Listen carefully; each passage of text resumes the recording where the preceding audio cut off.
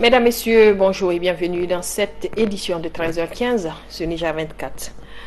Le Premier ministre, accompagné de 5 membres du gouvernement, a effectué hier plusieurs visites à Zender. Voyons, n'est-ce pas, les précisions avec Nasser Issa. Le chef du gouvernement a été accueilli à sa descente d'avion par le gouverneur de Zender, M. Issa Moussa, entouré de ses proches collaborateurs et des autorités administratives et coutumières et une foule nombreuse. Aussitôt après les cérémonies d'accueil, le Premier ministre a visité le chantier de construction du Grand Marché d'Olé et l'université de Zender. Aussitôt après les cérémonies d'accueil, le Premier ministre a visité le chantier de construction du Grand Marché d'Olé et l'université de Zender. Dans l'après-midi, il s'est rendu à Ganaram pour visiter les installations du projet de renforcement de la production d'eau de Zender. Les travaux de reconstruction du marché d'Olé atteignent un niveau d'exécution de plus de 70%. Le coût des travaux du marché d'Olé est évalué à plus de 13 milliards de francs CFA, tandis que la voirie urbaine est estimée à coût de 10 milliards de francs CFA. La seconde visite a conduit le chef du gouvernement à l'université de Zender. Devant les étudiants, le Premier ministre du chef du gouvernement a évoqué les efforts déployés par l'État pour assurer le bon fonctionnement de cette institution. Je ne dis pas que tous vos problèmes vont être résolus, mais en tout cas, des efforts substantiels vont pouvoir être faits pour améliorer, pour apporter des améliorations à la situation que vous connaissez actuellement.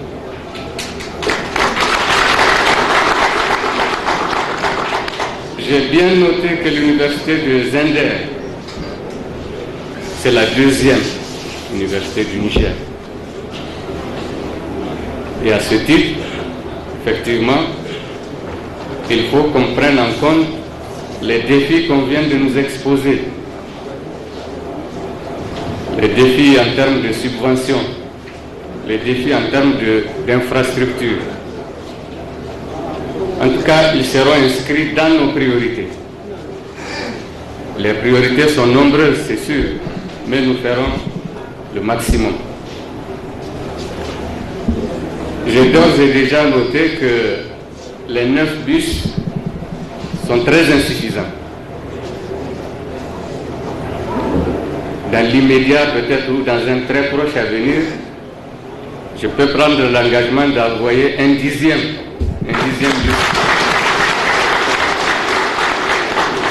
Ça peut soulager un tout petit peu, mais ça ne résout pas le problème. On est bien d'accord. Je sais également qu'il y a des problèmes de bourse, il y a des problèmes de l'aide sociale.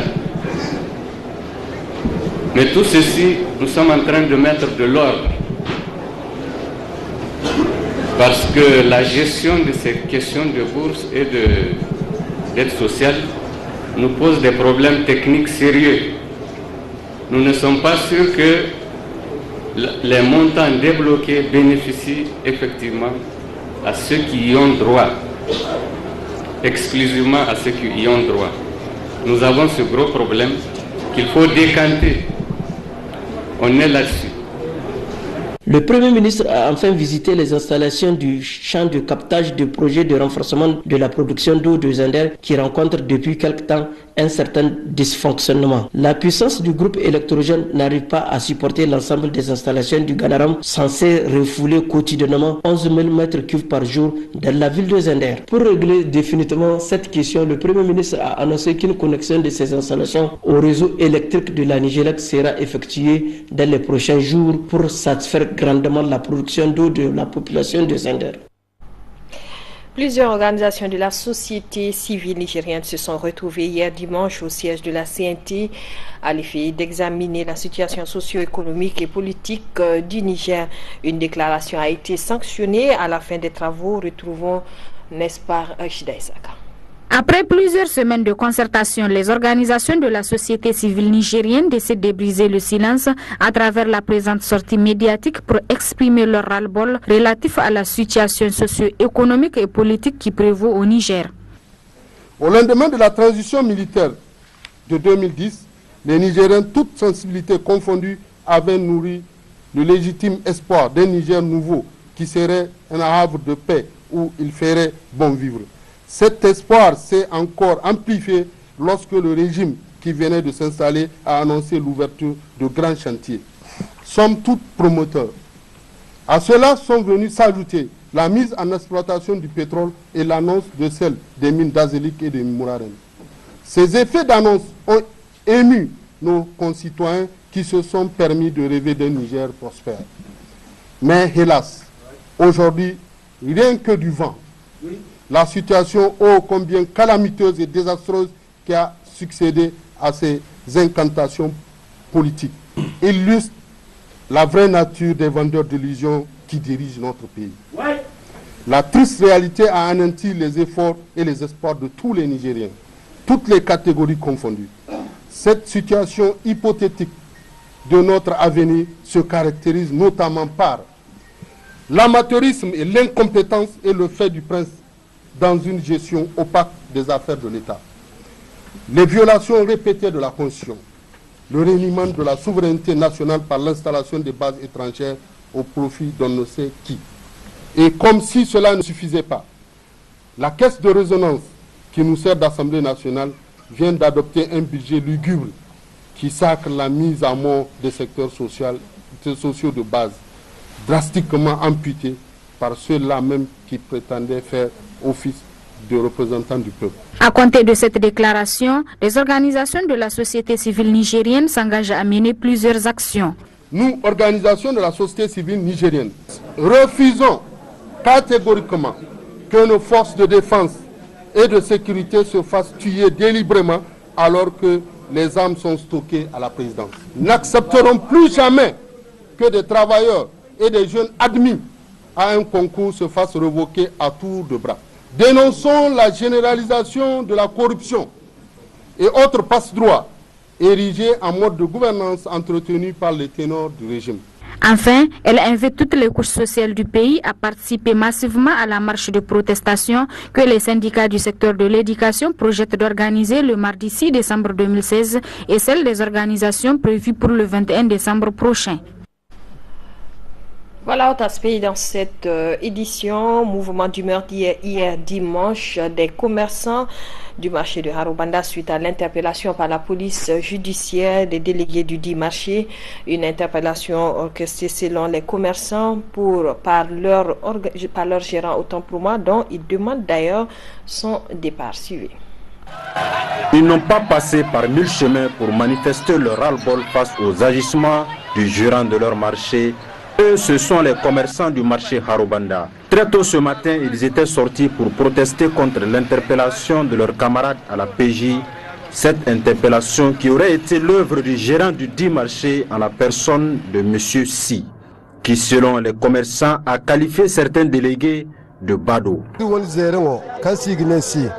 Notre gérant, en la personne de Si, est venu dans notre marché pour nous imposer des comportements que nous n'approuvons pas. Dès sa prise de fonction, nous lui avons fait comprendre qu'il y a une différence entre gérant et délégué et que chacun doit rester dans sa sphère. Une fois, nous avons organisé une rencontre entre lui et le syndicat. Il est venu et il nous a proféré des injures en disant que nous sommes tous des badauds. Après cela, à notre grande surprise, certains de nos délégués ont été interpellés par la PJ. C'est la raison qui nous a conduits à la fermeture du marché ce matin. Raison de plus pour ces commerçants de demander le départ pur et simple du sieur Si, car ce dernier a outrepassé, selon eux, ses limites. Ce bras de fer qui oppose désormais le gérant et les commerçants du marché Harobanda n'est pas de nature à garantir la cohésion au sein de ce marché.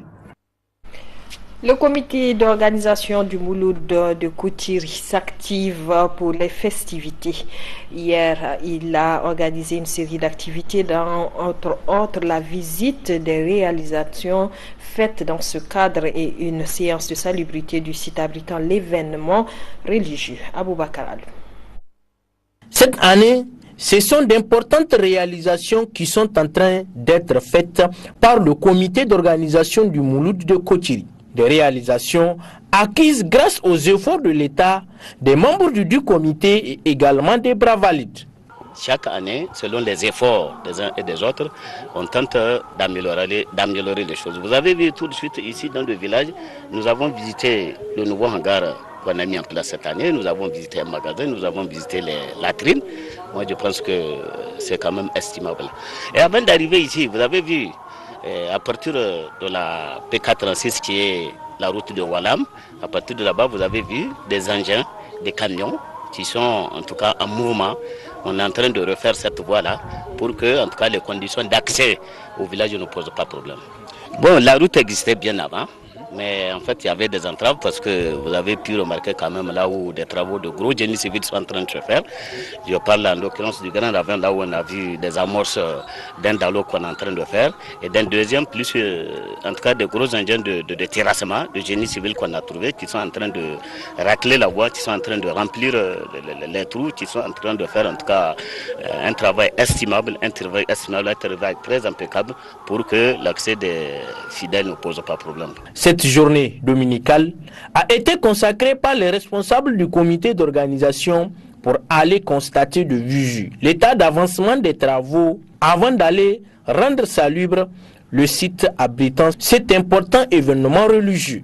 Nous sommes là aujourd'hui pour une salubrité, raison pour laquelle nous sommes regroupés aujourd'hui ici à Kochiri, y compris vous présenter les chantiers dans lesquels le comité elle-même a fait dans ses propres fonds. L'État a fait, ou bien les gens et les autres ont fait ce qu'ils peuvent faire, mais de ne pas vraiment laisser bras croisés, disant que non, c'est fini. Non, c'est pas fini parce que les travaux, c'est maintenant même on a commencé. Donc on veut à ce que l'année prochaine soit meilleure que cette année. Signalons que la célébration du Mouloud à Kochiri se tiendra le 18 décembre prochain.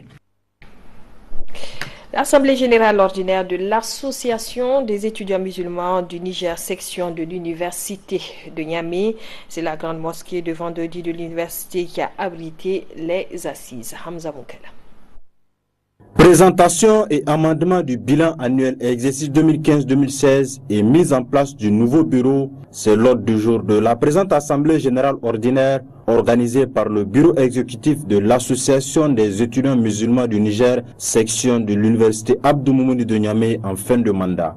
Occasion pour le bureau sortant de passer en revue les réalisations de son mandat. La construction, si vous voulez, d'une salle de cours, entre autres, l'équipement de la mosquée Al-Mustafa en tapis, la grande mosquée de vendredi, n'est-ce pas?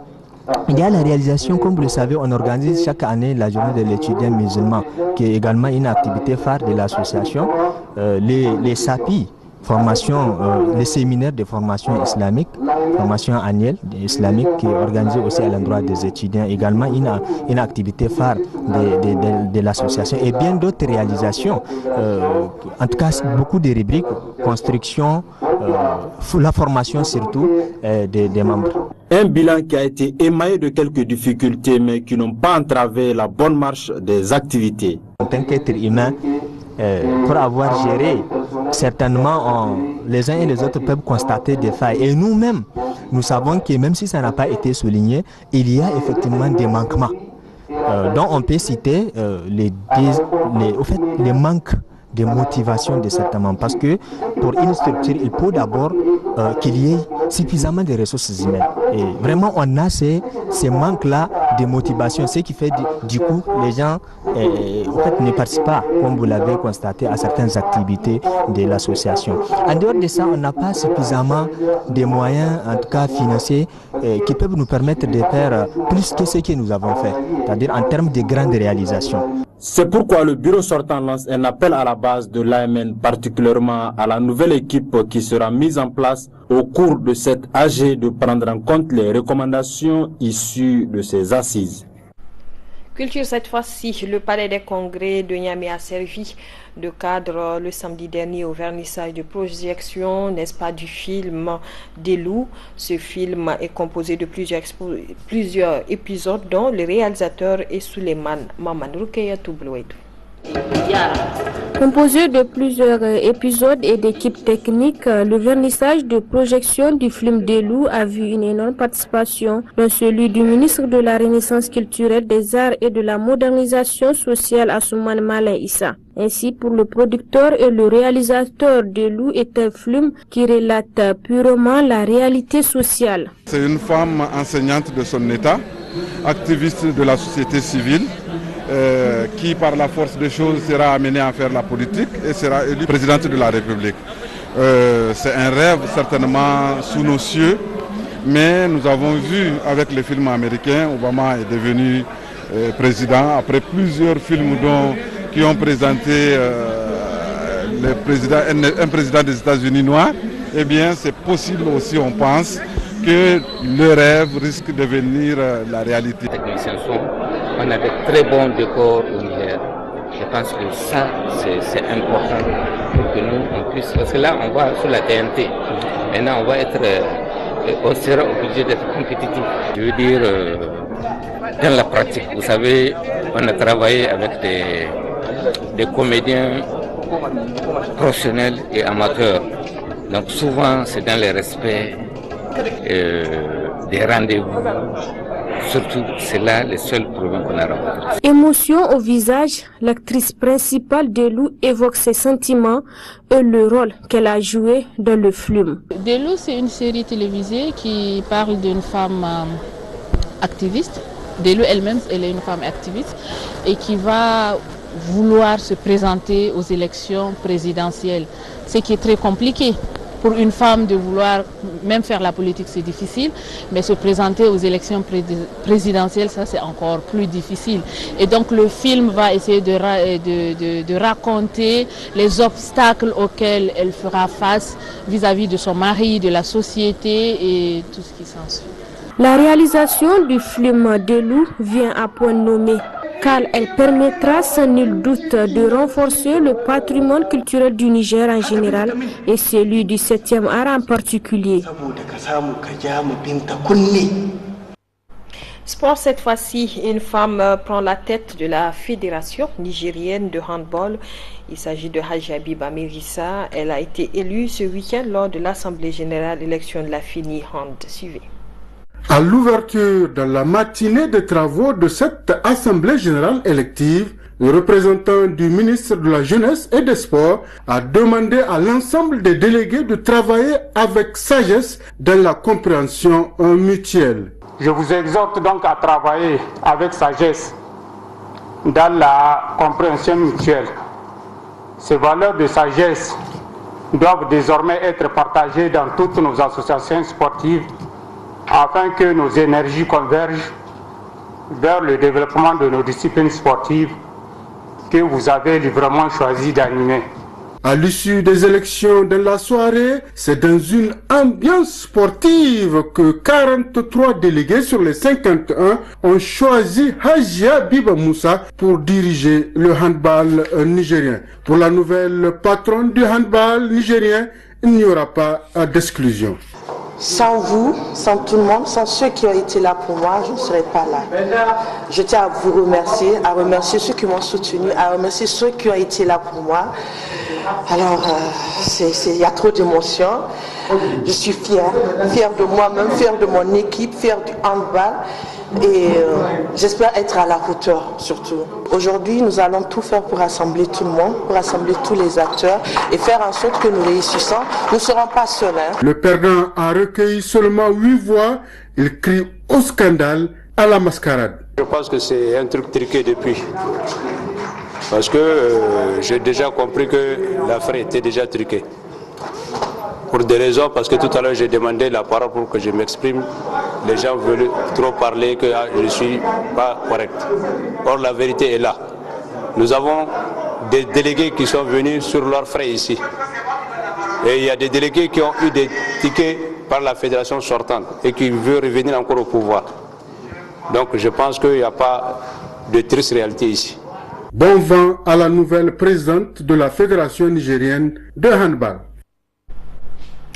sport toujours, lancement le samedi après-midi des activités du club des amis de taekwondo basé dans l'enceinte de l'école Espace. Un lancement qui a vu la présence de plusieurs responsables des clubs de Niamey, mais aussi des parents, amis des élèves. Suivez. Oui, c'est pour vraiment annoncer à la population, aux jeunes de Niamey, que c'est l'inauguration de ce club nommé Clamtech. Donc c'est un lancement officiel que nous organisons aujourd'hui. Bon, nous comptons faire plusieurs démonstrations et après cela, il y aura un passage de grade que nous allons faire et la remise des témoignages de satisfaction que nous allons donner aux gens qui nous ont sponsorisés et aux différents maîtres. Bon, vous avez parlé de combattants, c'est un nouveau club. Donc pour le moment, nous n'avons pas de combattants, nous n'avons que des débutants. Nous allons les encadrer, les former avec l'expérience que nous avons et avec le temps, Inch'Allah, on aura de bons combattants comme Alphaga. Actuellement, vous voyez derrière moi, toute une masse qui est là.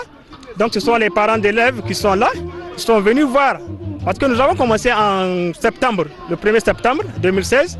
Donc ça fait 4 mois à peu près maintenant.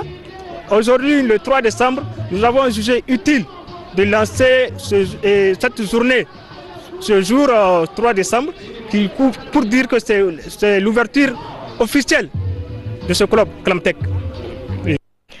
Voilà, mesdames et messieurs, c'est la fin de cette édition. Merci de l'avoir suivi.